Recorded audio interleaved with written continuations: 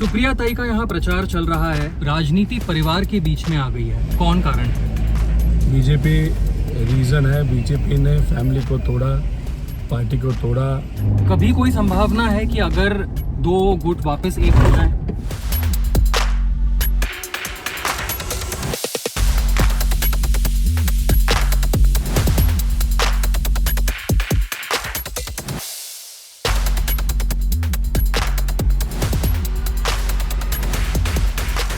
Mahavikas Aghadi 35 out of 48 कम से कम MPs चुन के आएंगे।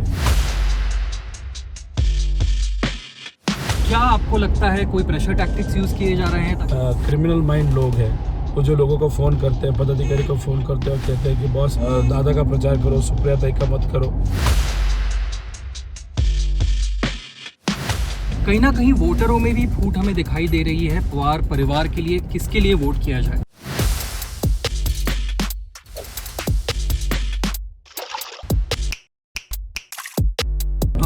रोहित दादा नमस्कार, क्विंट और क्विंट हिंदी पर आपका स्वागत है और हमारे शो बड़ी बड़ी बातें पर आपका स्वागत है।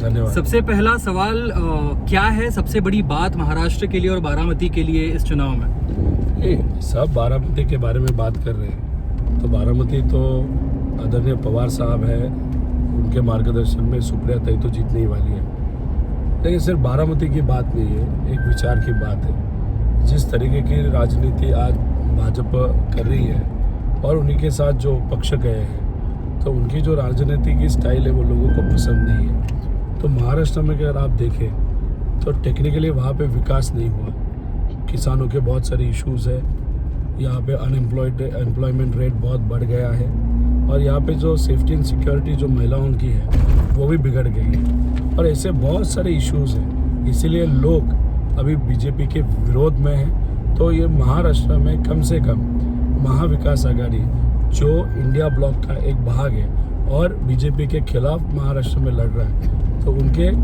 35 आउट ऑफ 48 कम से कम एमपीज चुन के आएंगे। सुप्रिया ताई का यहाँ प्रचार चल रहा है, कहीं ना कहीं एक लोगों का कहना है कि राजनीति परिवार के बीच में आ गई है। आपको लगता है इसके लिए कौन कारण है? बीजेपी रीज़न है। बीजेपी ने फैमिली को तोड़ा, पार्टी को तोड़ा और सिर्फ एक पार्टी को नहीं, दो पार्टी को तोड़ा और ये चीज़ लोगों को पसंद नहीं है। कोई भी व्यक्ति के बारे में अगर आप बात करें तो इंडिया में कल्चरली हम बहुत पर्सनल लोग हैं। हमारे लिए फैमिली बहुत इम्पोर्टेंट है और फैमिली को अगर राजनीति के लिए और सत्ते में आने के लिए अगर कोई तोड़ता है, जैसे बीजेपी ने महाराष्ट्र में हमारी फैमिली तोड़ी, तो वो लोगों को अच्छा नहीं लगता और लोग इसीलिए महाराष्ट्र के बीजेपी के खिलाफ खुद ही वहाँ पे प्रचार कर रहे हैं। क्या आपको लगता है इस बार शिवसेना महाविकास आघाड़ी में सबसे ज़्यादा सीटों पर लड़ रही है? शिवसेना और एनसीपी को तोड़ने के लिए जो जनता में एक सिंपैथी है वो लोगों को महाविकास आघाड़ी की तरफ खींच पाएगी, आपको लगता है? ये देखो, महाविकास आघाड़ी में जो चर्चा वहाँ पे जो नेता है उन्होंने जो की थी, वो चर्चा एक डेमोक्रेटिक वे भी हुई थी। वहाँ पे कहाँ पे किसकी ताकत ज़्यादा है, कहाँ पे हम आगे जाके एमएलए की सीट ले सकते हैं, तो उसके कॉम्बिनेशन में जो हमारी पार्टी उन्होंने 10 सीट ली है, 21 सीट शिवसेना ने ली है और जो 15-16 सीट से वो कांग्रेस ने ली है। तो वहाँ पे चर्चा होके वहाँ पे प्रॉपर कैलकुलेशन करके वहाँ पे निर्णय गया है। इसीलिए यहाँ पे कोऑर्डिनेशन का विषय नहीं, चर्चे में थोड़ा सा टाइम लगा, लेकिन वो चर्चा ज़्यादा इम्पोर्टेंट थी। वो चर्चा बहुत पॉजिटिव हुई। उसके कारण जो लोकल लोग हैं, जो लोकल वहाँ पे कार्यकर्ता है, सब अलग अलग पार्टी के, वो बहुत अच्छे तरीके से जेल हो गए और उसका फ़ायदा इलेक्शन के लिए डेफिनेटली होगा। आपको लगता है ये फैक्टर लोगों को बूथ तक ले आएगा इस बार चुनाव में, उद्धव साहब के लिए और शरद पवार साहब के लिए जो सेंटिमेंट है? ये सेंटिमेंट एक विषय है, लेकिन जिस तरीके से ये सरकार चल रहा है यहाँ पे, जैसे मैंने कहा कि फार्मर्स, यूथ, स्टूडेंट्स, महिला, अगर आप सिटी की बात करें वहाँ पे रहने वाले लोग, मिडिल क्लास, सब लोग आज बीजेपी पे बहुत गुस्सा है।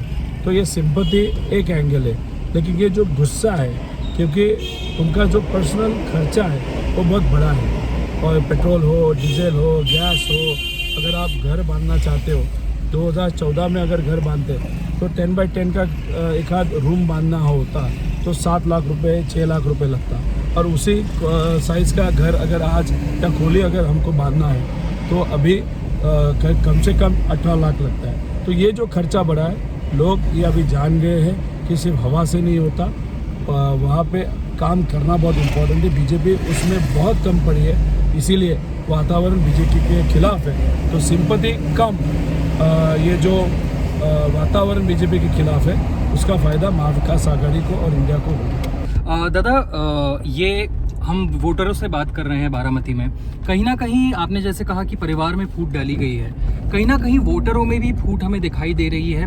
परिवार के लिए किसके लिए वोट किया जाए, आपको लगता है इस फैक्टर का क्या असर पड़ेगा बारामती में स्पेसिफिकली? नहीं, कैसे है, लोग बहुत होशियार होते हैं, ये सभी लोग लड़ने के लिए तैयार नहीं होते।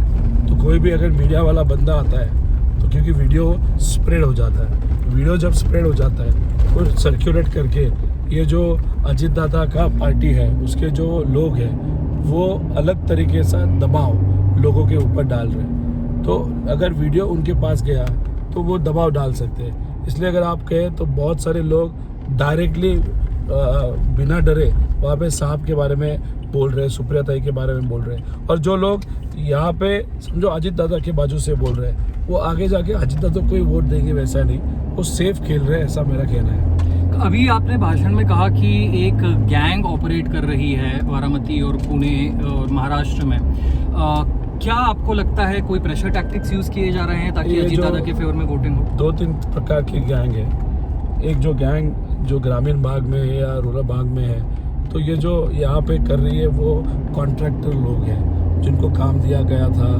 जिनके पास पैसा है और जिनके पास गाड़ी है, बंगला है, ऐसे लोग हैं। और जो दूसरी गैंग है वो जो सिटीज़ में काम कर रहे हैं वो गुंडा का गैंग है।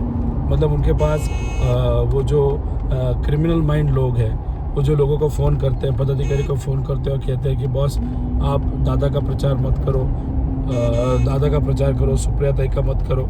तो ये जो गैंग है वो कहते हैं कि मेरे इलाके में तेरे को रहना है तो तुझे सुप्रिया ताई का प्रचार करके नहीं चलेगा। ये जो गैंग है वो सिटी एरिया में बहुत सारी दिखती है। तो इस अलग अलग तरीके से। और तीसरी है प्रशासन, जो अधिकारी होते हैं, समझो किसी का अनऑथोराइज घर हो वो हम तोड़ेंगे, ये करेंगे, वो करेंगे, ये जो चीज़ें वो गलत है, ऐसा मेरा कहना है। मित्रांनो, मी तसं करत नाही, मला फोन करण्या इतका वेळ नाही, त्याच्यामध्ये असं कुठं कामाला असलेल्यांना दम देऊन चालत नाही। अशा पद्धतीनं मतं कधी बारामतीकरांनी मागितलेली नव्हती। बारामतीमध्ये मतं मागण्याची एक काहीतरी लेवल होती, कुणाकुणाला भावनिक केलं जात आहे, त्याच्यातलं काही त्या ठिकाणी सांगितलं जात आहे। वोटरों का बारामती में मानना है कि परिवार में फूट पड़ चुकी है।